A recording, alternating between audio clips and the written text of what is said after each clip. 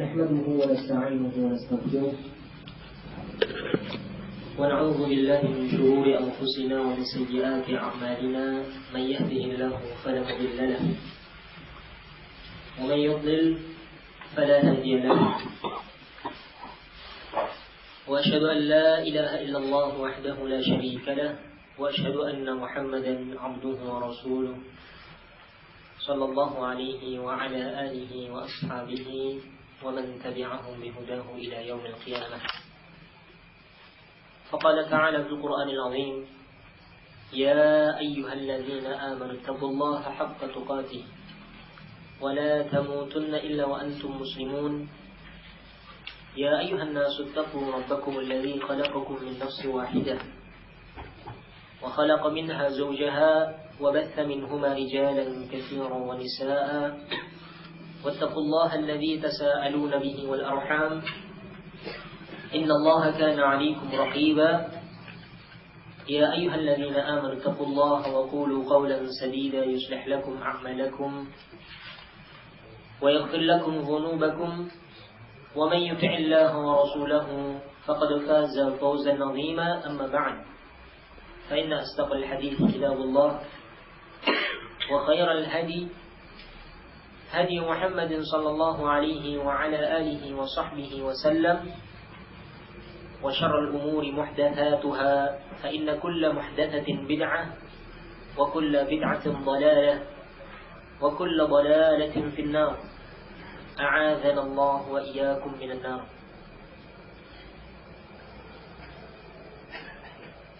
Ma'asyiral muslimin rahimani wa rahimakumullah. Alhamdulillah, pada malam yang mulia ini kita bisa kembali dipertemukan oleh Allah Subhanahu wa taala dalam rangka untuk mengkaji ilmu syariat, yakni ilmu yang bersumber dari Al-Qur'an maupun dari hadis-hadisnya Rasul sallallahu alaihi wasallam, dari membaca kitab Al-Mulakhas fi Syarhi Kitab At-Tauhid karya Syekh Dr. Shalih bin Fauzan ibn Abdullah Al-Fauzan hafizahullah ta'ala. Dan pembahasan kita masih di hadis yang berkaitan dengan masalah tauhid, yakni ad-du'a ila syahadati an la ilaha illallah, berdakwah, mengajak kepada persaksian bahwasanya tiada sesembahan yang berhak disembah kecuali Allah. Kita sudah masuk pembahasan di hadis yang kedua dalam kitab ini, hadis dari Sahal ibn Sa'id As-Sa'idi radhiyallahu anhu, bahwasanya Rasulullah sallallahu alaihi wasallam bersabda pada hari sebelum perang Khaybar, sebelum pengepungan benteng Khaybar, di mana Rasul menyatakan la'utiyanna ar-rayata ghadan rajulan yuhibbullaha wa rasulahu wa yuhibbuhu Allah wa rasuluhu yaftahu Allah ala yadayhi. Rasulullah sallallahu alaihi wasallam bersabda, sungguh aku benar-benar akan memberikan ar-rayah, aku akan memberikan bendera yang dipanji perang besok kepada seorang laki-laki yang mencintai Allah dan Rasulnya, dan Allah dan Rasulnya mencintainya. Ini laki-laki yang memiliki keutamaan tentunya, mencintai Allah dan Rasulnya, Allah dan Rasulnya juga mencintainya. Ya. Karena banyak orang yang mengaku cinta kepada Allah,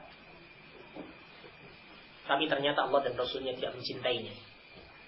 Jadi ketika dia itu tidak melaksanakan hak-hak zat yang dicintainya, maka ini pengakuan yang dusta. Mungkin semua orang itu mengaku cinta kepada Allah, cuman tentunya tidak semua orang itu membuktikan kecintaannya tersebut. Ya. Dalam hal ini Allah Subhanahu wa taala berfirman, "Qul in kuntum tuhibbunallaha fattabi'uni yuhibbukumullah." Katakanlah wahai Muhammad, jikalau kalian mengaku mencintai Allah, maka fattabi'uni, ikuti aku. Rasul katakan seperti itu. Allah memerintahkan untuk Rasulnya mengucapkan seperti itu. Ikutilah aku, niscaya Allah akan mencintai kalian. Maka di sini tentunya suatu keutamaan. Besok aku benar-benar akan memberikan ar-rayah, bendera, panji peperangan kepada seorang laki-laki yang mencintai Allah dan Rasulnya, Allah dan Rasulnya juga mencintainya. Yaftahullahu ala yadayhi, yang mana dengan kedua tangannya Allah akan memberikan kemenangan. Allah akan memberikan penaklukan kepada Khaybar. Fabatan nasu yadukuna lailatahum ayyuhum yuqtaha. Maka manusia pun bermalam dalam keadaan mereka itu memperbincangkan. Di malamnya mereka itu memperbincangkan siapa di antara mereka kaum muslimin yang akan diberikan bendera tersebut. Falamma asbahu, maka ketika subuh datang, ketika pagi hari datang, ghadaw ala Rasulillah sallallahu alaihi wasallam kulluhum yarju ayyataha. Para sahabat seluruhnya datang kepada Rasulullah sallallahu alaihi wasallam, seluruhnya mereka itu berharap agar diberi bendera tersebut. Semua orang berharap agar diberikan bendera tersebut. Tapi ternyata Rasulullah sallallahu alaihi wasallam ingin memberikan bendera kepada orang yang tidak berharap. Semua orang berharap, sampai Abu Bakar pun ada, Umar ada, Utsman ada, seluruh sahabat mulia yang lainnya ada. Seluruhnya berharap karena ini keutamaan tersendiri. Ya, Rasulullah telah menjamin bahwasanya orang tersebut mencintai Allah dan Rasulnya, Allah dan Rasulnya mencintainya. Ini keutamaan tersendiri. Sehingga seluruh sahabat berharap. Tapi ternyata Rasul menyatakan, "Aina Ali ibn Abi Thalib?" Di mana Ali bin Abi Thalib? Kok tidak kelihatan? Kenapa? Faqila, maka dikatakan kepada Rasulullah, "Huwa yashtaki ainai." Dia, yaitu Ali, sedang mengeluhkan yakni sakit yang menimpa kedua matanya. Fa'arsalu ilaihi fa'utiya bihi fabasaqa fi ainaihi wa da'a lahu fabara'a ka'an lam yakun bihi waj'un. Maka Rasul pun mengutus agar supaya Ali didatangkan. Setelah didatangkan, Rasul sallallahu alaihi wasallam meludahi kedua matanya dan mendoakan untuk Ali agar supaya Allah menyembuhkannya. Fabara'a ka'an lam yakun bihi waj'un. Maka seketika itu pula sakit matanya Ali pun langsung sembuh, seakan-akan tidak pernah sakit sebelumnya. Setelah itu fa'atahu ar-rayata, Rasul sallallahu alaihi wasallam memberikan kepada Ali bendera tersebut, panji perang tersebut. Waqala, kemudian Rasulullah sallallahu alaihi wasallam memberikan wasiat kepada Ali sebelum pergi berperang, "Unfud ala rislika hatta tanzila bi sahatihim thumma ad'uhum ila al-Islam." Pergilah engkau secara perlahan-lahan sampai engkau singgah di daerahnya mereka. Sampai engkau tiba di daerahnya mereka. Kemudian thumma ad'uhum ila al-Islam. Sebelum berperang, seru dulu, ajak mereka dulu kepada Islam. Fa'akhbirhum bima yajibu alaihim min haqqillahi ta'ala fihi, maka kabarkan kepada mereka dengan apa yang Allah wajibkan kepada mereka berupa hak-haknya. Yani bima min haqqillah. Yani kabarkan kepada mereka hak-hak Allah yang Allah wajibkan kepada mereka. Fa wallahi la ayyahdi-Allahu bika rajulan wahidan khairun laka min humurin na'am. Maka sungguh demi Allah, jikalau Allah memberikan petunjuk seorang saja dengan sebab engkau, khairun laka min humurin na'am, lebih baik bagi engkau daripada onta merah. Ini hadis akhrajahu al-Bukhari, dikeluarkan Imam Bukhari dalam sahihnya, hadis nomor 2942, dan Muslim dalam sahihnya juga hadis nomor 2406. Yadukun ay yahudun. Jadi mereka yadukun ay yatahum, yani maksudnya yahudun. Yani mereka itu memperbincangkan. Ya, memperbincangkan siapa di antara mereka yang akan mendapatkan bendera tersebut. Sekarang kita akan baca sedikit keterangan dari Syekh Shalih bin Fauzan Ibn Abdullah Al-Fauzan hafizahullah taala di dalam syarahnya di sini. Beliau sebagaimana biasanya sebelum menjelaskan akan mufradat, yakni kata-kata yang ada di dalam hadis tersebut, beliau terlebih dahulu di sini menyebutkan tentang sedikit biografi dari perawi hadis ini. Sahal ibn Sa'ad as-Sa'idi, huwa Sahal ibn Sa'ad ibn Malik ibn Khalid al-Ansari al-Khazraji as-Sa'idi, sahabiyun syahir. Mata sanata 88 wa qad jawaza al-mi'ah. Beliau adalah Sahal ibn Sa'ad. Sahal ibn Sa'ad namanya Sahal, kemudian bapaknya namanya Sa'ad, kakeknya namanya Malik, kakeknya namanya Khalid, Al-Ansari, Al-Khazraji, dari suku Khazraj. dan beliau memiliki kebangsaan As-Sa'idi, seorang sahabat yang mulia, sahabat yang sangat terkenal. Beliau meninggal pada tahun 88 Hijriah dan ketika itu beliau itu umurnya sudah mencapai 100 tahun. Meninggal dunia mencapai 100 tahun. Ini sahabat Sahal bin Sa'id As-Sa'idi, perawi hadis yang mulia ini. Kemudian walahuma, maksud dari walahuma di awal hadis tersebut, walahuma an Sahal bin Sa'id maksudnya adalah walahuma ai al-Bukhari wa Muslim fi sahihaihima. Milik keduanya, maksudnya milik Bukhari dan Muslim di dalam sahih keduanya. Yauma Khaybar, yakni ai yauma Hisari Khaybar, yakni pada hari pengepungan kota Khaybar, benteng Khaybar, yakni sanat as-sabi'ah lil hijrah, pada tahun 7 Hijriah. Sebelum Fathu Makkah ya, masih tahun 7 Hijriah. Ini sebelum penaklukan kota Makkah, terlebih dahulu Rasul menaklukkan kota Khaybar. Ar-rayah, yakni alamul jaish, alladhi yarji'una ilaihi indal kurri wal farri. Rayah di sini adalah alamul jaish, sebuah tanda, yakni bendera ataukah panji sebuah pasukan. Jadi pasukan itu biasa itu ada lambangnya, lambang yakni panji, bendera. Bisa terkadang menggunakan bendera, terkadang juga menggunakan yang lain. Cuma yang sering itu bendera yang bisa dilihat, yang bisa berkibar. Alladhi yarji'una ilaihi 'indal kurri wal farri, yang mana mereka ini pasukan tersebut kembali kepada bendera itu ketika mau kembali atau ketika mau lari, ketika mau perang, mau maju, mau mundur, lihat benderanya. Kalau bendera itu maju terus, berarti ini belum ada perintah untuk mundur, maju. Kalau benderanya mundur, berarti ini ada perintah untuk mundur. Jadi ini sebagai tanda, dalam peperangan itu ada tandanya.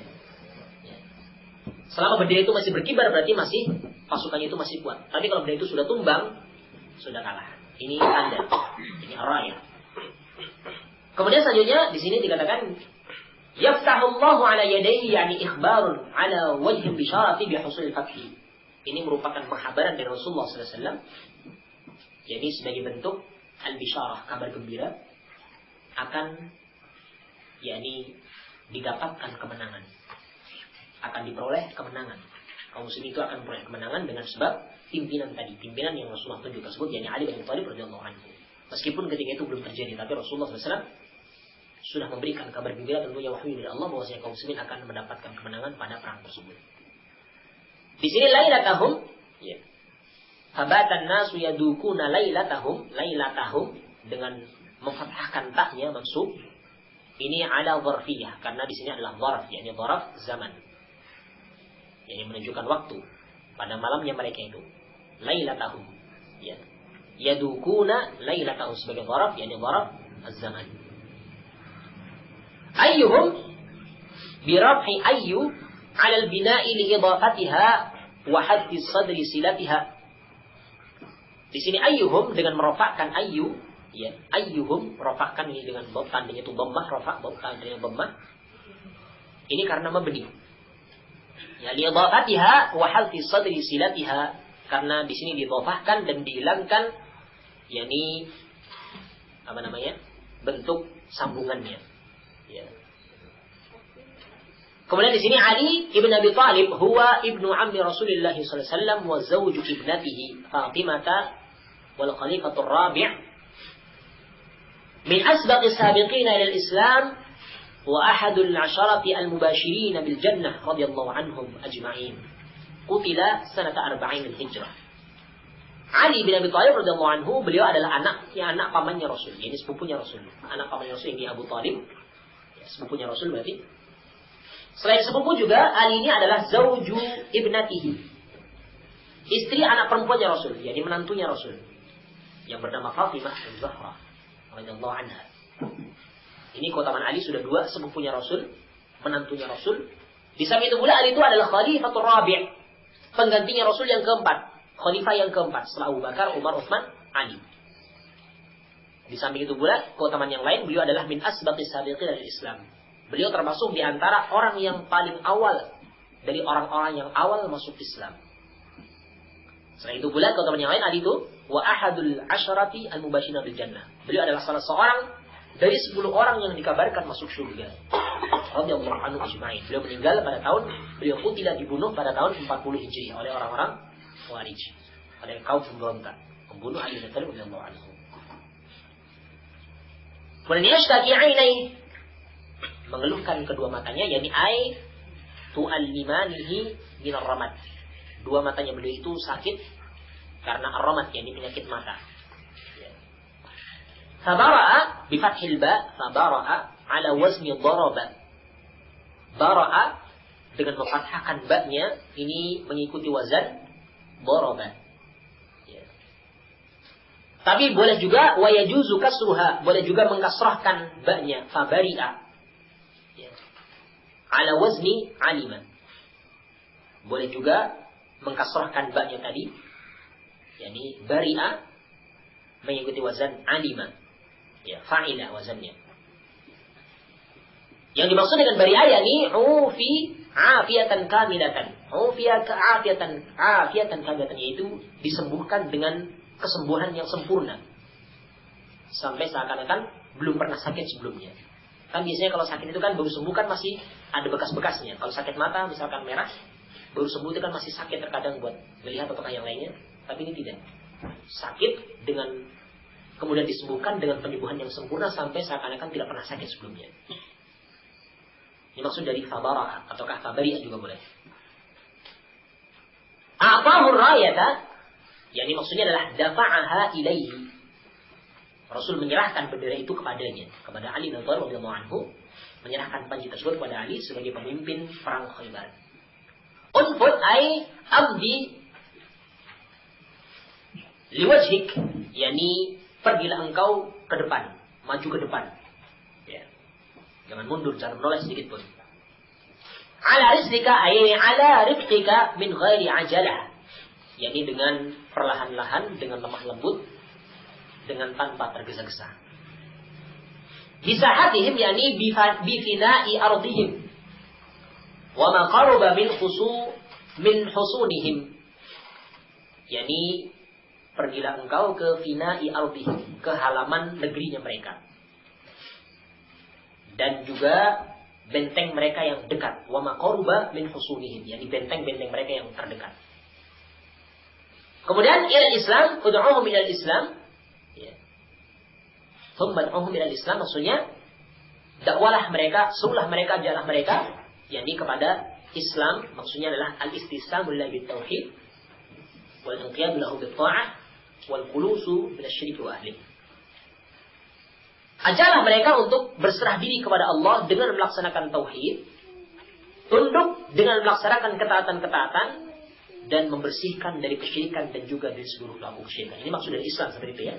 Definisi Islam seperti ini. Al-istislamu lillahi bitauhid wal inqiyadu lahu bit-tha'ah wal khulusu minasyirki wa ahli. Kemudian wa akhbirhum ila akhir al-hadis. Ay annahum in ajabuka ila al-islam alladhi huwa at-tauhid fa akhbirhum bima yajibu alaihim ba'da dhalika min haqqillahi fil islam min as-salati waz-zakati was-siyami wal-hajj wa ghairi dhalik. Maksudnya adalah bahwasanya ketika mereka itu menjawab seruanmu kepada Islam, yang mana Islam ini adalah tauhid, mereka sudah mau mentauhidkan Allah, mengesahkan Allah. Fa'akhbirhum, maka kabarkan kepada mereka dengan apa yang wajib atas mereka. Ya, setelah mereka melaksanakan haknya Allah, kabarkan kepada mereka apa yang wajib kepada mereka berkaitan dengan agama Islam. Baik itu berupa salat, zakat, puasa, haji atau lainnya dari syariat Islam.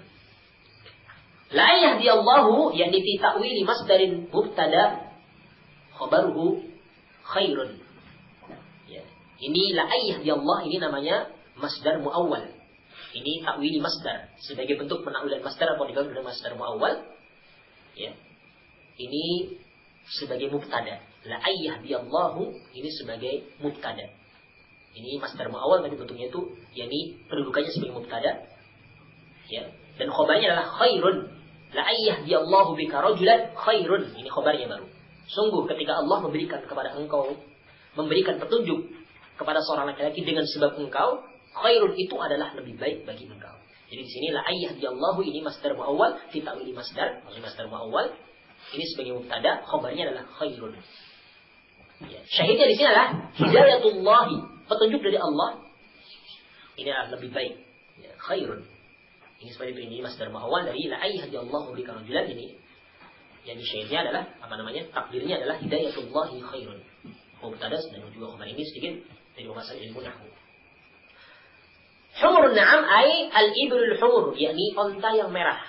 Dan onta merah ini adalah wahia anfusu amwal Arab. Onta merah ini adalah harta orang Arab yang paling berharga. Karena ini sangat jarang ya. Onta itu kebanyakannya warnanya coklat.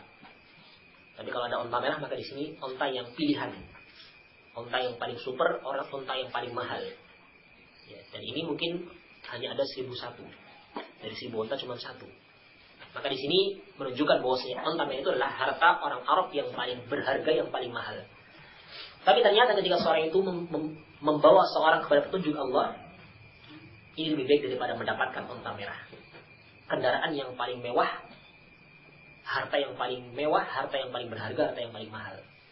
Ini tidak bisa mengalahkan keutamaan ketika seorang itu memberikan petunjuk kepada orang lain, ya, menjadikan sebab yakni orang lain mendapatkan petunjuk dari Allah Subhanahu wa taala. Ini makna mufradat kata-kata yang ada dalam hadis tersebut. Sekarang kita akan masuk ke pembahasan yang lain, yakni pembahasan tentang al-ma'na al-ijmali al-hadits, makna global dari hadis ini. Di sini Syekh hafizahullah taala mengatakan, anna an-nabiyya sallallahu alaihi wasallam بشر الصحابة بانتصار المسلمين على اليهود من الغد على يد رجل له فضيلة عظيمة وموالاة لله ولرسوله فاستشرف الصحابة لذلك. Bahwasanya Nabi Shallallahu Alaihi Wasallam memberikan kabar gembira kepada para sahabat bahwasanya kaum muslimin itu akan mendapatkan kemenangan, mendapatkan pertolongan untuk melawan orang-orang Yahudi besok, minal ghad. Jadi melalui tangan seorang laki-laki yang memiliki keutamaan yang agung, memiliki kecintaan kepada Allah dan juga Rasulnya, maka para sahabat pun mencari kemuliaan dengan hal itu. Sebab itu, fastashrafa as-sahabatu lidzalik. Maka para sahabat pun istashrafa, ini mencari kemuliaan dengan hal itu.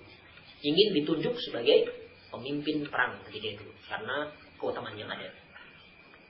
Kullun yuwaddu an yakuna huwa dzalika ar-rajul min hirsihim 'alal khair. Semuanya itu berharap, sangat berkeinginan agar menjadi laki-laki yang ditunjuk oleh Rasul. Jadi karena semangatnya mereka untuk bisa mendapatkan kebaikan. Para sahabat seperti itu. Falamma dhahabu 'ala al-maw'idi, maka ketika mereka pergi ke tempat yang sudah dijanjikan, waktu yang sudah dijanjikan oleh Rasul, ya. Talaba an-nabiy sallallahu alaihi wasallam 'aliyan. Maka Nabi sallallahu alaihi wasallam mencari Ali. Nabi talaba an-nabiyyu 'aliyan, mencari Ali. Wa sadafa annahu lam yahdur lima asabahu min marid 'ainihi. Maka kebetulan ketika Rasul mencari Ali, kebetulan ketika itu Ali tidak hadir karena penyakit mata yang menimpanya, ya, sehingga menghalangi beliau untuk hadir, yakni menemui tempat waktu yang telah Rasulullah janjikan akan memberikan bendera perang. Karena Ali pun merasa tidak mungkin saya ditunjuk, saya sedang sakit, kan seperti itu. Jadi Ali tidak hadir di rumah saja. Ya, ketika sahabat beramai-ramai ingin mendapatkan bendera perang tersebut, ditunjuk sebagai pemimpin perang, Ali tidak hadir. Karena kalau hadir pun untuk apa? Saya sedang sakit mata, tidak mungkin ditunjuk saya sebagai pemimpin perang. Sehingga Ali pun tidak hadir di rumah saja. Tapi ternyata Rasul cari. Rasul mencarinya, ya, karena ingin memberikan bendera tersebut kepada Ali. Di sini menunjukkan keutamaan Ali. Thumma hadara fatafala an-nabiy sallallahu alaihi wasallam fihima min riqihi al-mubarak. Fazala ma yahussu bihi min al-alami zawalan kamilan. Kemudian Ali pun hadir, setelah diminta untuk hadir, dan Rasul sallallahu alaihi wasallam yakni meniupkan pada kedua matanya itu ludahnya yang diberkati, ludahnya yang berbarokah. Fazala ma yahussu bihi minal alam zawalan kamilan. Maka ketika itu pula hilanglah apa yang Ali rasakan, jadi dari penyakit yang Ali rasakan, zawalan kamilan, jadi secara sempurna hilangnya, hilang secara sempurna penyakitnya tersebut ketika Rasulullah SAW meludahi dengan ludahnya beliau. Wasallamahu qiyadat al-jaish. Maka Rasulullah SAW menyerahkan kepada Ali, yakni kepemimpinan pasukan sebagai qiyadatul jaish, sebagai pemimpin panglima pasukan, dengan diberikan kepada Ali yakni bendera tersebut, bendera perang Khaybar. Wa amarahu bil mudhi ala wajhihi bil hatta yaqruba min hasnil adu. Maka Rasulullah sallallahu alaihi wasallam memerintahkan kepada Ali untuk pergi ke depan, maju ke depan, ya, dengan perlahan sampai mendekati bentengnya musuh. Fayatlubu minhum ad-dukhul fil Islam, maka sebelum memerangi mereka, ajak dulu mereka. Minta dulu kepada mereka agar supaya mereka masuk dalam agama Islam. Fa in ajabu akhbarahum bima yajibu 'alal muslim bin faraid. Ketika mereka mau menjawab panggilanmu, mau menjawab ajakanmu yaitu mau masuk Islam, maka kabarkan kepada mereka yakni kewajiban-kewajiban yang diwajibkan kepada seorang muslim. Di sini bima tafsirkan dengan min faraid. Ini kewajiban-kewajiban ya yang diwajibkan kepada seorang muslim. Thumma bayyana sallallahu alaihi wasallam li 'aliyin fadla ad-da'wati ila Allah. Kemudian setelah itu Nabi sallallahu alaihi wasallam menjelaskan kepada Ali keutamaan berdakwah ila Allah. Apa itu keutamaannya? Nah, belum menyatakan wa anna ad-da'iyata idza hasala ala yadayhi hidayatu rajulin wahidin fadzalika khairun lahu min anfusil anwalid dunyawiyyah fa kaifa idza hasala ala yadayhi hidayatu aktsar min dzalik. Jadi bahwasanya seorang dai ketika dia mendapatkan yakni dengan sebab kedua tangannya itu jadi mendapatkan orang yang mengikuti hidayah rajul, dia bisa mengajak seorang kepada petunjuk, satu orang saja, ini lebih baik bagi dia daripada harta yang paling berharga sekalipun. Daripada harta dunia yang paling berharga sekalipun. Lebih baik kita mendapatkan satu orang mengikuti dakwah yang kita ajak tersebut, lebih baik daripada kita mendapatkan harta yang paling mahal dari harta dunia.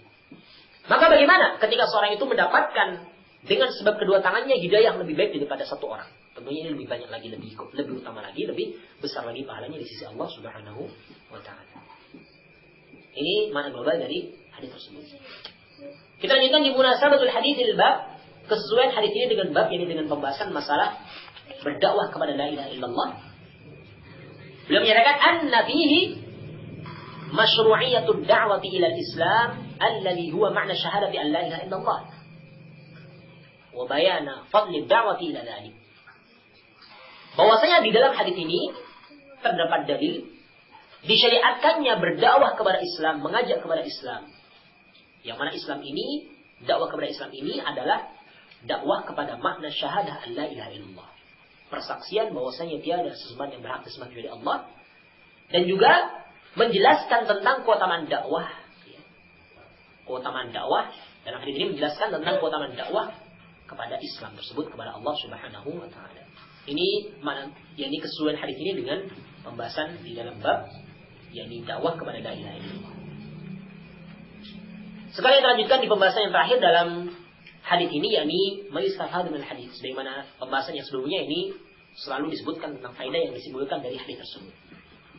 Faedah yang diambil dari hadis tersebut.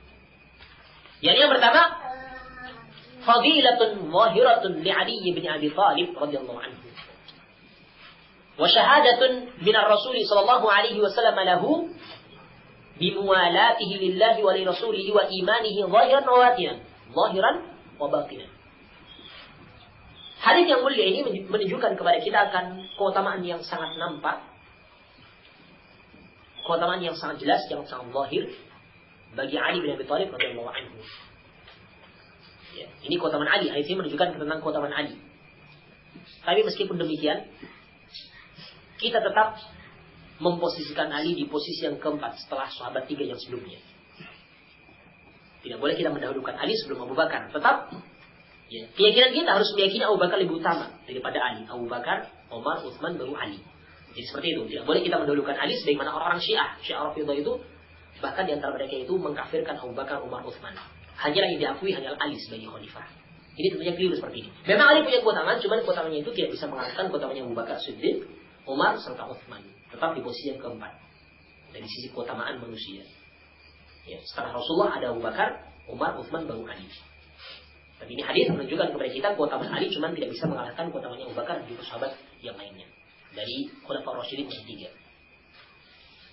Nah, demikian pula hadis ini menunjukkan kepada kita tentang syahadatun binar Rasul sallallahu alaihi wasallam lahu bimualatihi lillahi wa lirasulihi. Hadis ini juga merupakan persaksian dari Rasulullah sallallahu alaihi wasallam akan kecintaan Ali kepada Allah dan juga Rasulnya, serta keimanan Ali zahir maupun batin. Ali itu seorang yang beriman kepada Allah zahirnya maupun batinnya, beriman kepada Allah, karena Rasulullah sudah menjadi saksi atas keimanannya Ali. Ini hadis yang pertama, atau faedah yang pertama dari hadis tersebut, ini tentang keutamaan Ali bin Abi Thalib radhiyallahu anhu. Maka inilah sikap kita di dalam menyikapi para sahabat radhiyallahu anhu ajma'in. Harus kita muliakan mereka, posisikan mereka sesuai dengan posisinya masing-masing. Memang Ali punya keutamaan, tapi keutamaannya Ali itu sekali lagi tidak bisa mengalahkan keutamaan Abu Bakar, Umar dan juga Utsman. Oleh karena itu, suatu perbuatan yang tidak disyariatkan ketika mengkhususkan Ali dengan penyebutan. Karena sebagian kaum muslimin ada yang menyebutkan Ali dengan penyebutan yang berbeda dengan sahabat yang lain. Kalau disebutkan Abu Bakar As-Siddiq, mereka mengatakan radhiyallahu anhu. Abu Bakar, Umar, Utsman radhiyallahu anhu. Tapi kalau Ali, yang mereka katakan karamallahu wajhah. Ini kan mengkhususkan Ali dengan keutamaan dibandingkan dengan yang sebelumnya. Makanya tentunya ucapan yang seperti ini ucapan yang tidak disyariatkan. Tapi kalau mau menyebutkan karamallahu wajhah, maka seluruh sahabat disebutkan seperti itu. Abu Bakar karamallahu wajhah, Umar karamallahu wajhah, Utsman karamallahu wajhah. Ya, jangan cuma Ali. Karena Ali ini tetap di posisi yang keempat setelah Abu Bakar, Umar dan Utsman. Jadi ucapan seperti ini ucapan yang tidak disyariatkan. Kalau mau menyebutkan karamallahu wajhah, sebutkan seluruh sahabat yang lain yang memiliki keutamaan juga. Tadi yang jelas ada dalilnya adalah radhiyallahu anhum. Allah menyatakan di dalam Al-Qur'an, radhiyallahu anhum wa radu an. Ini dalil yang menyebutkan bahwasanya ucapan radhiyallahu anhu itu disyariatkan ketika menyebut yakni nama seorang sahabat yang mulia dengan mengucapkan radhiyallahu anhu. Semoga Allah meridhoinya. Jadi dari Al-Qur'an jelas ya, dalam Al-Qur'an banyak sekali menyebutkan tentang keridhaan Allah kepada mereka. Radhiyallahu anhum. Nah, kita lanjutkan di faedah yang kedua, tsani. Itsbatu anna Allah yuhibbu awliya'ahu mahabbatan taliqu bi jalalihi kasa'i sifatihi al-muqaddasati al-karimah. Di hadis yang mulia ini terdapat faedah yang lain, yaitu yang kedua, penetapan bahwasanya Allah Subhanahu wa taala itu mencintai wali-walinya. Allah itu punya sifat mahabbah, punya sifat cinta. Dan Allah itu mencintai orang-orang yang tentunya menjadi kekasihnya Allah, para wali-walinya Allah. Tapi kecintaan Allah itu berbeda dengan kecintaannya makhluk. Sama-sama namanya cinta, tapi tentunya cintanya Allah berbeda dengan cintanya makhluk. Jadi jangan sekali-kali seorang menyamakan antara cintanya Allah dengan cintanya makhluk. Nah, tentunya di sini muhabbatan taliqu bi jalalihi, yakni dengan kecintaan yang layak, yang pantas bagi kemuliaannya Allah. Kasairi sifati al-muqaddasah, sebagaimana sifat yang lainnya yang disucikan, yang mulia. Allah itu punya sifat yang harus kita yakini. Tapi sifatnya Allah itu berbeda dengan sifatnya makhluk. Sifatnya Allah itu sesuai dengan kemuliaannya Allah. Kita wajib meyakini, cuma tidak boleh kita menyamakan antara sifatnya Allah dengan sifatnya makhluk. Contohnya tadi, salah satu sifat Allah yakni mahabbah. Allah itu punya sifat cinta. Kita juga punya sifat cinta ya. Cinta kita kepada anak kita, cinta kita kepada istri kita, cinta kita kepada saudara kita. Ini kan punya sifat cinta. Tapi jangan sekali-kali soal itu menyamakan antara cintanya Allah dengan cintanya makhluk. Sangat jauh berbeda. Meskipun namanya sama-sama cinta. Ya, tapi cintanya Allah itu yakni mahabbatan taliqu bi jalalihi. Jadi dengan sebuah kecintaan yang layak bagi kemuliaannya Allah, yang pantas bagi kemuliaannya Allah. Ya, jadi tidak sama, meskipun namanya sama cinta, tidak boleh kita menyamakan antara cintanya Allah dengan cintanya makhluk. Sebagai contoh juga ya, cinta sesama manusia saja sudah berbeda. Cinta kita kepada saudara kita apakah sama dengan cinta kita kepada istri kita? Sama atau tidak? Tidak sama ya. Cinta kita kepada istri kita, ya, jadi cinta antara seorang suami dengan istri. Tentunya dengan cara memberikan hak-haknya istri, ya, baik itu hak yang berkaitan dengan lahir maupun batin kan seperti itu. Tapi kalau cintanya kita kepada saudara kita kan berbeda. Tidak mungkin kita karena cinta kepada saudara kita kemudian setiap hari menciumi saudara kita. Mungkin tidak. Tidak ya. Tapi kalau kita cinta kepada istri kita, begitu ketemu cium, begitu ketemu peluk. Kan seperti itu. Ini cinta kita pada istri kita. Ini saja cinta saja kita sudah berbeda. Antara cinta kita dengan istri dan cinta kita kepada anak kita, cinta kita kepada saudara kita. Kita cinta dengan saudara kita, ya sebatas saudara. Tidak mungkin begitu ketemu cium peluk, nanti dikira punya kelainan seksual. Kan seperti itu, bahaya seperti itu. Jadi berbeda. Cinta saja bisa berbeda antara manusia dengan manusia berbeda, apalagi cintanya manusia dengan Allah. Ini bukan bukan menyamakan, tapi ini kias yang aulawi, yang lebih tinggi. Cinta itu berbeda. Cinta sama manusia berbeda, apalagi cinta antara makhluk dengan Allah. Ini salah satu contoh dari sifat Allah ya. Jadi kalau ada sifat Allah yang seperti ini, harus kita yakini. Tapi tentunya kita yakini bahwasanya sifatnya Allah itu berbeda dengan sifatnya makhluk. Sebagai contoh juga, Allah itu menyatakan dalam Al-Quran bahwasanya Allah itu memiliki tangan. Allah menyatakan yadullahi fawqa aydihim. Tangan Allah di atas tangan-tangannya mereka. Allah menetapkan sifat tangan bagi dirinya. Maka kita juga wajib menetapkan bahwasanya Allah itu punya tangan. Cuma jangan sekali-kali terbetik dalam pikiran kita, tangannya Allah itu sama dengan tangannya makhluk. Tidak, sangat jauh berbeda. Sangat jauh berbeda. Kita hanyalah wajib untuk meyakini Allah punya tangan, tapi tidak boleh kita menyamakan antara tangannya Allah dengan tangannya makhluk. Tapi ini sifat Allah yang harus kita yakini. Allah punya tangan sesuai dengan kemuliaannya Allah. Tidak bisa kita bayangkan bagaimana tangannya Allah. Ya. Demikian pula tidak boleh kita kemudian mentakwil tangan kepada makna yang lain. Sebagai contoh, sebagian kaum muslimin ada yang mentakwil tangan dengan kekuasaan. Ya. Allah beristiwa, punya sifat istiwa, ini bersemayam di atas arsy. Tapi jangan anggap arsy Allah, singgasananya Allah itu sebagaimana singgasananya aja. Jangan, sekali-kali jangan sampai seorang beranggapan kalau singgasananya Allah itu sama dengan singgasananya raja. Sangat jauh berbeda tentunya. Ya. Ini hanyalah persamaan dalam hal nama, tapi hakikatnya sangat jauh berbeda. Kita hanyalah wajib untuk beriman dengan sifat Allah yang Allah sebutkan dalam Al-Quran atau Rasul dalam hadits yang sahih. Tapi tentunya kalau ada sifat yang sama dengan sifatnya makhluk, kita harus tidak boleh menyamakan sifatnya tersebut. Tapi sifat yang sesuai dengan kemuliaannya Allah. Seperti ini ya, kita menyikapi jadi salah satu dari sifat Allah yang ada di dalam dalil yang sahih. Kita wajib meyakini, cuma tidak boleh kita menyamakan dan tidak boleh kita meniadakan sifat Allah tersebut yang telah Allah tetapkan. Ini faedah yang kedua, yang penetapan sifat mahabbah bagi Allah ya. Tapi tentunya sesuai dengan apa yang pantas bagi kemuliaan Allah Subhanahu wa taala. Nah. Kemudian yang ketiga, yakni hirsus sahabati 'alal khair wa tusabiquhum ila al-a'mali shalihati radhiyallahu anhum. Faedah yang ketiga, dalam hadis ini kita akan mengetahui bagaimana semangatnya para sahabat untuk mendapatkan kebaikan. Mereka itu senantiasa berlomba-lomba untuk melakukan amalan saleh radhiyallahu anhum ajma'in. Ini sahabat radhiyallahu anhum. Ya, ketika Rasulullah kabarkan bahwasanya besok aku akan serahkan bendera ini kepada seorang yang cinta kepada Allah dan Rasulnya, Allah dan Rasulnya cinta kepadanya. Dengan keutamaan, kebaikan. Maka sahabat semuanya berharap mendapatkan kebaikan itu. Ya, di sini menunjukkan semangatnya sahabat untuk mendapatkan kebaikan dan mereka itu berlomba-lomba untuk bisa melakukan amalan saleh radhiyallahu anhum ajma'in. Semoga Allah meridhai mereka seluruhnya. Ini faedah yang ketiga dari hadis tersebut. Kemudian faedah yang keempat dari hadis tersebut, pelajaran yang keempat dari hadis tersebut yaitu masyru'iyatul adabi 'indal qital wa tarqi at-tais wal aswatil muza'ajati allati la hajata ilaiha. Faedah yang keempat yakni disyariatkannya beradab. Adab ini suatu yang penting ya. Meskipun ketika berperang itu ada adabnya, tidak sembarangan. Membunuh ada adabnya, tidak sembarangan. Di sana tidak boleh membunuh anak-anak kecil, tidak boleh membunuh kaum wanita, tidak boleh membunuh orang yang lemah. Membunuhnya pun dengan cara yang wajar, tidak boleh mencincang. Tidak boleh merobek-robek perutnya, dikeluarkan ususnya, tidak boleh seperti ini. Ini orang yang seperti ini, orang yang tidak beradab. Ya. Ini ada penting, kalau orang beradab, dia itu akan menjadi orang yang baik, tapi kalau orang yang tidak beradab, menjadi orang yang biadab. Ya. Perang saja di sana ada adabnya. Demikian pula watarkil taisi, meninggalkan yakni sifat gegabah, tergesa-gesa, gegabah, ceroboh, wal aswatil muza'ajati allati la hajata ilaiha. Dan juga ketika perang itu disyariatkan untuk meninggalkan yakni suara-suara yang akan mengganggu, yang tidak ada hajat untuk melakukannya. Ini adab di dalam berperang.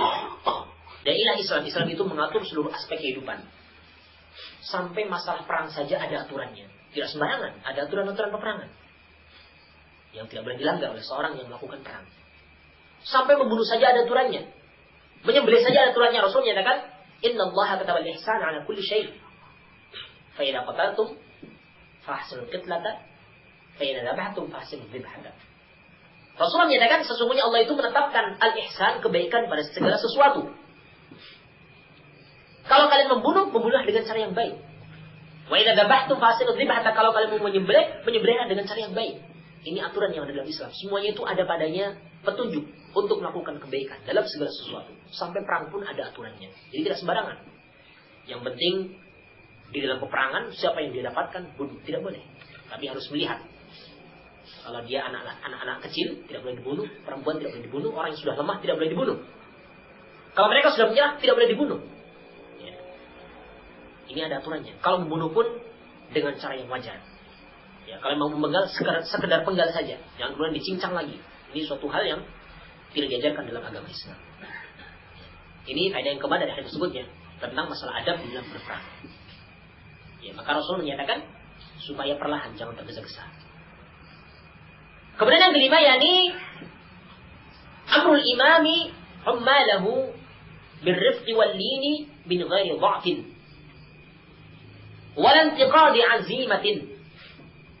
Faedah yang kelima dari hadis tersebut yakni perintah seorang imam, seorang pemimpin kepada ummalnya, kepada pegawainya, yakni kepada bawahannya untuk rifqin walin, untuk bersikap lemah lembut. Ya, seorang pemimpin hendaklah mereka perintahkan kepada bawahannya, yakni pegawai-pegawainya, kepada panglimanya. Kalau memang itu seorang amirul mukminin kepada panglimanya, untuk bersikap rifqin walinin, sikap lemah lembut. Tapi meskipun lemah lembut tapi min ghairi dha'fin. Tidak lemah. Lemah lembut tapi tidak lemah, dan juga tidak membatalkan tekad. Tidak menggugurkan tekad, tidak mengendorkan tekad. Lemah lembut tapi bukan berarti kemudian lemah. Bukan berarti kemudian tekadnya itu langsung kecil, tidak. Tapi tetap tekadnya bulat, tekadnya besar, dan dia kuat, tapi di sisi lain dia itu punya sikap lemah lembut. Inilah ajaran Islam seperti ini. Ya. Rasulullah SAW senantiasa memperingatkan kita untuk lemah lembut, ya, di dalam bersikap. Ketika kepada Ali di sini pun mau memimpin perang pun sebagai seorang panglima perang, Rasul perintah untuk berlemah lembut. Dan lemah lembut ini tentunya suatu hal yang dicintai oleh Allah Subhanahu wa taala, sebagaimana Rasul bersabda dalam hadits dari Aisyah radhiyallahu anha, "Inna Allah ta'ala rafiqun yuhibbur rifqa fil amri kulli." Sesungguhnya Allah itu zat yang maha lembut dan Allah cinta dengan kelemah lembutan. Dalam setiap perkara, dalam semua urusan, Allah mencintai kelemah lembutan. Ya, ini hadits dari Rasulullah SAW yang sahih dari Imam Bukhari dan Muslim rahimahumullah taala. Oleh karena itu Rasulullah SAW beliau adalah orang yang sangat lemah lembut karena rahmat yang Allah berikan kepadanya. Oleh karena itu Allah Subhanahu wa taala berfirman, "Fabima rahmatin minallahi linta lahum walau kunta faddan ghalidhal qalbi lam faddu min hawlik fa'fu anhum wastaghfir lahum washawirhum fil amri fa idza azamta fatawakkal 'ala Allah innallaha yuhibbul mutawakkilin." Di surat Al-Imran, ya, ayat yang ke-159. Ini dalil yang menunjukkan bahwasanya kita itu perlu untuk lemah lembut berdasarkan perintah Allah di sini. Fabima rahmatin minallahi linta lahum, karena dengan rahmat dari Allah maka engkau berlemah lembut terhadap mereka. Ini para sahabat kalian, para sahabat engkau wahai Rasul. Walau kunta faddan ghalidhal qalbi, jika seandainya engkau itu memiliki sifat keras, kaku, ya, yakni keras hatinya, kasar keras hatinya, lam faddu min haulik, niscaya mereka itu akan lari dari sekitarmu. Tapi fa'fu anhum, maafkanlah mereka. Wastaghfir lahum, mintakan ampun untuk mereka. Wasyawiruhum fil amr, dan bermusyawarah untuk memutuskan suatu perkara. Kalau sudah berazam bertekad, tawakkal Allah, maka bertawakallah kepada Allah. Sesungguhnya Allah itu mencintai orang-orang yang bertawakal. Ini perintah Allah kepada Nabi kita Muhammad SAW untuk berlemah lembut, bersikap lemah lembut di dalam berdakwah. Ya, bahkan lemah lembut ini pun bukan cuma kepada sesama muslim, kepada seorang kafir pun sekalipun. Ya, maka ketika kita berdakwah kepada mereka, maka kita dituntut untuk bersikap lemah lembut. Perhatikan bagaimana Rasulullah SAW memerintahkan kepada dua nabi dari kalangan Bani Israel, Nabi Musa dan Nabi Harun. Padahal yang dihadapi ini bukan orang yang rendahan, orang yang sangat durhaka, bahkan lebih durhaka daripada iblis sekalipun. Ini Fir'aun. Tapi apa perintah Allah kepada dua nabi ini? Ya. Allah Subhanahu wa ta'ala menyatakan, ya, idhab anta wa akhuka bi ayati wala taniya fi dzikri. Pergilah engkau dan saudaramu, wahai Musa, dan pergilah engkau Musa dan saudaramu itu Harun, ya, dengan membawa ayatku, dan jangan sampai engkau lupa untuk berzikir kepadaku. Allah Subhanahu wa ta'ala menyatakan, idhab ila fir'auna innahu tagha. Pergilah engkau menuju kepada Fir'aun karena sungguh itu orang yang sangat melampaui batas. Tagha. Faqula lahu qawlan layyina la'allahu yatadhakkaru aw yakhsha. Maka katakanlah oleh engkau berdua kepada Fir'aun dengan qawlan layyina, ucapan-ucapan yang lembut. Diminta Allah kepada dua nabi yang mulia, Nabi Musa dan Nabi Harun, untuk berdakwah kepada Fir'aun. Padahal Fir'aun ini orang yang sangat tagha, orang yang sangat melampaui batas, orang yang sangat durhaka. Tapi Allah perintah untuk qawlan layyina, dengan ucapan-ucapan yang lembut. La'allahu yatadhakkaru aw yakhsha. Barangkali dia itu akan, ya, ingat dan juga akan takut. Surah Thaha ayat yang ke-42 sampai 44. Ini dalil yang sangat jelas tentang masalah pentingnya seorang itu berlemah lembut di dalam berdakwah.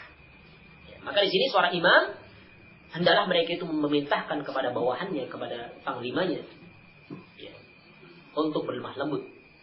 Tapi meskipun lemah lembut, tidak lemah dan juga tidak menggugurkan tekadnya. Kemudian faedah yang keenam, yakni wujub da'wati ilal Islam la siyama qabla qitalil kuffar. Wajibnya mengajak kepada Islam, berdakwah kepada Islam, terlebih lagi sebelum memerangi orang kafir. Sebelum memerangi mereka, maka dakwah dulu. Dakwahi mereka dulu, ajak mereka dulu kepada Islam. Kalau mau, tahan dari memerangi mereka. Nah. Kemudian yang ketujuh, yakni anna man imtana'a min qabuli da'wati minal kuffar wajib qitaluhu. Bahwasanya barang siapa yang menghalangi dari menerima dakwah kepada Islam, ya, dari kalangan orang-orang kafir, wajib untuk memerangi mereka. Ketika mereka tidak mau menerima dakwah Islam, sudah didakwahi tapi mereka tidak mau menerimanya, maka setelah itu baru wajib untuk memerangi mereka. Tidak boleh mundur selangkah pun untuk menghadapi orang kafir. Inilah Islam seperti ini. Tegas. Meskipun lemah lembut, tapi ngajaknya lemah lembut. Tapi kalau memang sudah tidak bisa diajak lagi, baru tegakkan peperangan. Laksanakan peperangan memerangi orang-orang kafir. Kemudian ke-8, yakni anna da'wata takunu bitadrij. Fayutlabu minal kuffari awalan ad-dukhul, ya, fil Islam bin nutqi bisyahadatain, thumma yu'maru bi fara'idil Islam ba'da dzalik. Faedah yang ke-8, bahwasanya dakwah itu dilakukan dengan cara tadrij, dengan cara bertahap. Dakwah itu dilakukan dengan cara bertahap. Ya. Diminta dari orang kafir itu yang pertama kali masuk dalam Islam dulu. Ini untuk mengucapkan 2 kalimat syahadat. Ini yang pertama kali dakwah. Setelah itu baru diperintahkan kepada mereka kewajiban-kewajiban Islam setelah itu. Setelah mereka mau menerima syahadat, sudah mau mengucapkan 2 kalimat syahadat, baru setelah itu baru perintahkan untuk kewajiban Islam yang lainnya. Salat, zakat, puasa, dan juga lainnya. Jangan langsung pertama diajak langsung salat, diajak langsung haji, diajak langsung zakat. Akan berat. Tapi bertahap dulu. Setelah dia menerima tauhid, baru ajaran yang lain Islam, ya, yakni salat, zakat, puasa, dan juga yang lainnya dari kewajiban yang ada dalam Islam. Inilah tahapan di dalam berdakwah. Ya, jadi seorang dakwah itu perlu metode dan juga perlu yakni bertahap di dalam berdakwah. Tidak langsung mengajak kepada, ya, perkara-perkara yang di atas sebelum perkara yang fondasi dulu. Kemudian yang ke-9, faedah yang ke-9, yakni fadlud da'wati ilal Islam. Wa ma fiha minal khairi lil mad'uwi wad da'i. Fal mad'u qad yahtadi wad da'i yuthabu thawban 'aziman, wallahu a'lam. Faedah yang ke-9 dari hadis ini, dalam hadis ini terdapat yakni faedah tentang fadlud da'wati ilal Islam. Fadilah, yakni keutamaan berdakwah mengajak kepada Islam. Dan juga kebaikan yang ada padanya. Baik itu bagi mad'u maupun bagi da'i. Semua ada kebaikan. Bagi orang yang diajak, dan juga orang yang mengajak, mad'unya maupun da'inya, semuanya itu ada kebaikan. Maka fal mad'u qad yahtadi. Orang yang diajak, maka dia sungguh mendapatkan petunjuk. Sementara da'i, sementara orang yang mengajak ini, yuthabu thawaban 'aziman, maka dia akan diberikan pahala dengan pahala yang sangat besar. Allah alam, dan Allah lah yang mengetahui pahala. Yani bagi mereka orang-orang yang mengajak kepada kebaikan. Ini keutamaan da'i. Nah, kata dari Rasulullah menyatakan, la ayyahdiyallahu bika rajulan wahidan khairun laka min humrin 'am. Sungguh ketika Allah memberikan petunjuk kepada seorang saja dengan sebab ajakanmu, itu lebih baik daripada onta merah, daripada yakni harta yang paling mahal sekalipun, harta yang paling berharga sekalipun. Ini keutamaan berdakwah. Ya. Bahkan di hadis yang lainnya Rasul pernah bersabda, ya, orang yang mengajak kepada kebaikan, maka seluruh makhluk itu akan bersalawat, mendoakan kebaikan untuk orang tersebut. Rasulullah bersabda, Inna Allah wa malaikatahu hatta namlata fi juhriha wa hatta al-hawda fil bahri la yusalluna ala muallimin nas al-khair. Sesungguhnya Allah dan para malaikatnya, sampai-sampai semut yang ada di sarangnya, ikan yang ada di lautan, mereka itu la yusalluna ala muallimin nas al-khair, mereka itu benar-benar bersalawat untuk orang yang mengajarkan kebaikan kepada manusia. Dia orang berdakwah, para dai. Dimintakan ampun, didoakan kebaikan oleh seluruh makhluk. Sampai semut yang di sarangnya, ikan yang di lautan, seluruhnya itu mendoakan ampunan, mendoakan kebaikan untuk orang yang mengajak kepada kebaikan. Maka ini keutamaan hadis yang menunjukkan berita akan keutamaan dakwah ilallah, berdakwah kepada Allah, mengajak kepada kebaikan. Ya. Kemudian yang ke-10, yakni dalilun min adillati nubuwwatir rasuli sallallahu alaihi wasallam. Wa dzalika bi bisyaratihi bil fathi qabla wuqu'ihi wa bara'atil alami bi riqihi. Faedah yang ke-10, hadis ini merupakan salah satu dalil, salah satu bukti dari bukti-bukti kenabian Rasulullah sallallahu alaihi wasallam. Salah satu bukti dari bukti-bukti kenabian Rasulullah sallallahu alaihi wasallam. Yani Rasulullah sallallahu alaihi wasallam memberikan kabar gembira dengan adanya kemenangan sebelum terjadinya. Ya. Belum perang tapi Rasulullah sudah memberikan kabar gembira bahwa itu kita akan menang, pasti menang. Ya, ini tentunya merupakan bukti kenabian Rasul. Karena Rasul tidak mungkin mengucapkan seperti itu kecuali wahyu yang Allah wahyukan kepadanya. Ini perkara yang belum terjadi ya. Tapi bukan berarti di sini Rasul tahu perkara gaib, bukan. Rasul tidak tahu perkara gaib. Rasul hanya tahu perkara yang belum terjadi, perkara yang gaib hanyalah yang Allah beritahukan kepadanya. Adapun yang lainnya Rasul tidak mengetahuinya. Karena yang tahu perkara gaib hanyalah Allah Subhanahu wa taala semata. Jadi kalau ada orang yang mengaku tahu perkara gaib sekarang, berarti dia dusta, jelas dustanya. Karena tidak ada satupun orang yang tahu perkara gaib kecuali Allah Subhanahu wa taala. Dalilnya sampai dalam Al-Qur'an yang menunjukkan akan perkara ini. Sebagai contoh Allah Subhanahu wa taala berfirman, ya, "Qul la amliku li nafsi naf'a wa la dharra illa ma syaa Allah, wa law kuntu a'lamul ghaiba lastakthartu min al-khair wa ma massani as-su'." Katakanlah wahai Muhammad, Allah perintahkan kepada Nabi kita Muhammad untuk mengatakan seperti ini. La amliku li nafsi naf'a wa la dharra. Aku sama sekali tidak mampu untuk memberikan manfaat atau menolak bahaya dari diriku. Ya. Kecuali sesuatu yang telah Allah kehendaki. Walau kuntu a'lamul ghaib, jika seandainya aku tahu perkara ghaib, lastaktharu minal khair, niscaya aku akan memperbanyak kebaikan, wa mamassani su', dan aku tidak pernah akan disentuh oleh kejelekan. Di sini dari yang sangat jelas menunjukkan bahwa Rasulullah tidak tahu perkara ghaib. Rasulullah tahu perkara yang akan datang, hanya ini saja yang Allah kabarkan kepada beliau, tapi yang lainnya Allah tidak. Rasulullah tidak tahu. Allah tidak memberitahukan kepada Rasulnya. Sebagai contoh tentang yaumul qiyamah. Dahulu pernah mereka Jibril bertanya kepada Rasulullah tentang yaumul qiyamah. Jibril menyatakan akhbirni anis sa'ah. Wahai Muhammad, kabarkan kepadaku tentang as-sa'ah, hari kiamat. Maka apa jawaban Rasulullah menyatakan mal mas'ulu anha bi'a'la min as-sa'il. Orang yang mas'ul, yang ditanya, tidak lebih tahu daripada orang yang bertanya. Jadi dua-duanya sama-sama tidak tahu. Jibril tidak tahu, Muhammad juga tidak tahu. Karena Jibril adalah makhluk yang paling mulia dari kalangan para malaikat. Muhammad makhluk yang paling mulia dari kalangan manusia. Tapi ternyata dua orang ini pun tidak tahu kapan terjadi hari kiamat. Karena kiamat itu adalah perkara gaib. Ilmunya Allah Subhanahu wa taala, hanya Allah yang tahu kapan terjadinya. Jadi kalau sekarang ada orang yang mengaku tahu kiamat terjadi pada hari apa, maka ini jelas kedustaannya. Karena banyak orang yang seperti meramalkan. Kalau dulu pada waktu saya masih duduk di SMA, jadi kiamat itu katanya tanggal 9 bulan 9 tahun 99. Saya ketika itu kelas 2 SMA. Ya. Hampir-hampir percaya seperti itu. Ya. Maka ini suatu kedustaan jelas. Kalau sekarang mungkin, kalau kemarin mungkin ada yang mengatakan kiamat terjadi pada tanggal 12 bulan 12 tahun 2012. Sekarang alhamdulillah tidak ada bulan 13 ya. Kalau ada mungkin tadi simpulkan juga nanti. Tanggal 13 bulan 13 2013. Jadi tidak terjadi berarti. Ini suatu kedustaan jelas kalau ada seperti ini. Karena perkara gaib ini hanya milik Allah Subhanahu wa taala. Adapun Rasulullah SAW menghabarkan kepada kita perkara yang belum terjadi. Ini bukan berarti Rasulullah tahu perkara gaib, tapi ini adalah wahyu yang Allah wahyukan kepada beliau. Di sini sebagai contohnya. Rasulullah memberikan kabar gembira kepada kaum muslimin bahwasanya kaum muslimin nanti di perang Khaibar itu akan mendapatkan kemenangan dengan sebab pemimpin laki-laki yang Rasulullah tunjuk ini. Ini merupakan salah satu bukti dari bukti-bukti kenabian Nabi Muhammad SAW. Rasul kita Muhammad SAW. Dan juga di antara bukti yang lain yakni wa bara'atil alami bidiqihi. Sembuhnya penyakit dengan ludahnya beliau. Ini kan mukjizat dari Rasul. Menyembuhkan penyakit hanyalah dengan ludahnya saja. Nah, ini salah satu dari mukjizatnya Rasul, tanda kenabiannya Rasulullah SAW.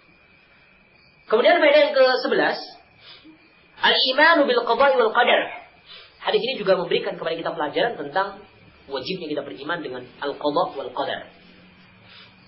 Takdir dan juga keputusan, ketentuan yang telah Allah tetapkan, wajib kita imani.